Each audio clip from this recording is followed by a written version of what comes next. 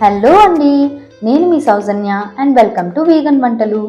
ఈరోజు special recipe మన వంటల్లో ఎన్నో రకాలుగా ఉపయోగపడే ఆల్ ఇన్ వన్ పొడి. దీంతో మనం పులుసు పెట్టొచ్చు, కూర చేయొచ్చు, ఇంకా ఎన్నో ఉపయోగాలు. దీన్ని ప్రిపేర్ చేయడం కూడా చాలా ఈజీ. మరి అవన్నీ తెలుసుకోవాలి అంటే లేట్ చేయకుండా లెట్స్ స్టార్ట్. ముందుగా కడాయి తీసుకొని అందులో 2 స్పూన్ల ధనియాలు వేసి వేయించండి. ధనియాలు మంచి వాసన వచ్చాక అర టీ స్పూన్ జీలకర్ర వేసి దోరగా వేయించండి. తరువాత ఎండుమిరపకాయలు వేయండి. ఇక్కడ నేను 12 ఎండుమిరపకాయలు తీసుకున్నాను. మీరు తినే కారాన్ని బట్టి మిరపకాయల క్వాంటిటీని అడ్జస్ట్ చేసుకోండి. ఇప్పుడు ఈ మిరపకాయలన్నీ గలగలలాడే వరకు వేయించండి. తర్వాత ఇందులో పావు టీ స్పూన్ ఇంగువ వేసి వాసన వచ్చే వరకు వేయించి ఈ మిశ్రమాన్ని ఒక గిన్నెలోకి తీసుకొని పక్కన ఉంచుకోండి. ఈ పొడిలో బాగా కాచిన నెయ్యి వేసుకొని ఇడ్లీలోకి తింటే అద్భుతంగా ఉంటుంది. ఓసారి ట్రై చేయండి, మీరే అంటారు నిజమే అని.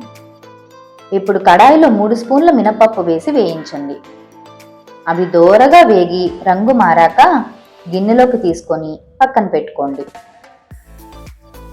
తరువాత అదే కడాయిలో 3 స్పూన్ల శనగపప్పు వేసి దోరగా వేయించి పక్కకి తీసుకోండి. ఇక్కడ ఎక్కువ క్వాంటిటీలో చేసుకుంటే పప్పులు విడివిడిగా వేయించుకోండి. తక్కువ క్వాంటిటీ అయితే ఒకేసారి వేయించుకోండి. అలాగే 3 స్పూన్ల వేరుశనగను కూడా తీసుకొని దాని పొట్టు ఊడేదాకా వేయించుకోండి.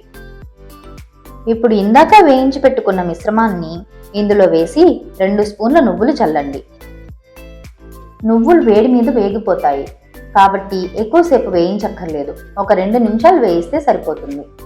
దీన్ని పొడి ఊతప్పం, పొడి దోశలోకి ట్రై చేసి చూడండి. తిన్నవాళ్ళు మెచ్చుకోకుండా ఉండలేరు. మీ దగ్గర రెసిపీ ఖచ్చితంగా కనుక్కుంటారు. నువ్వులు వేగి చిటపటలాడిన తర్వాత స్టవ్ ఆపేసి దీన్ని చల్లారనివ్వండి. తర్వాత ఈ మిశ్రమాన్ని ఒక మిక్సీ జార్లోకి తీసుకొని దీనిలో రుచికి సరిపడా ఉప్పు వేయండి. ఈ పొడిని మీరు పులుసు, కూరల్లోకి వాడితే ఉప్పు వేయకుండా మిక్సీ పట్టుకోండి.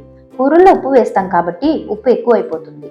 ఇడ్లీ, దోశ, ఊతప్పంలోకి వాడితే ఉప్పు వేసుకోండి.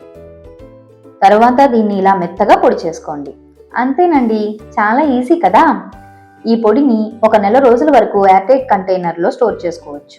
వేరుశనగ వేసాం కాబట్టి ఎక్కువ రోజులు స్టోర్ చేసుకోకండి, నూనె వాసన వస్తుంది. దీన్ని కూర, పులుసులోకి ఎలా వాడాలో రెసిపీ కావాలి అంటే కింద కామెంట్ సెక్షన్లో చెప్పండి. ఈ వీడియో కనుక మీకు నచ్చినట్లయితే లైక్ చేయండి, షేర్ చేయండి. మరి అలాగే మర్చిపోకుండా వీగన్ వంటలు ఛానల్ని సబ్స్క్రైబ్ చేసుకోండి.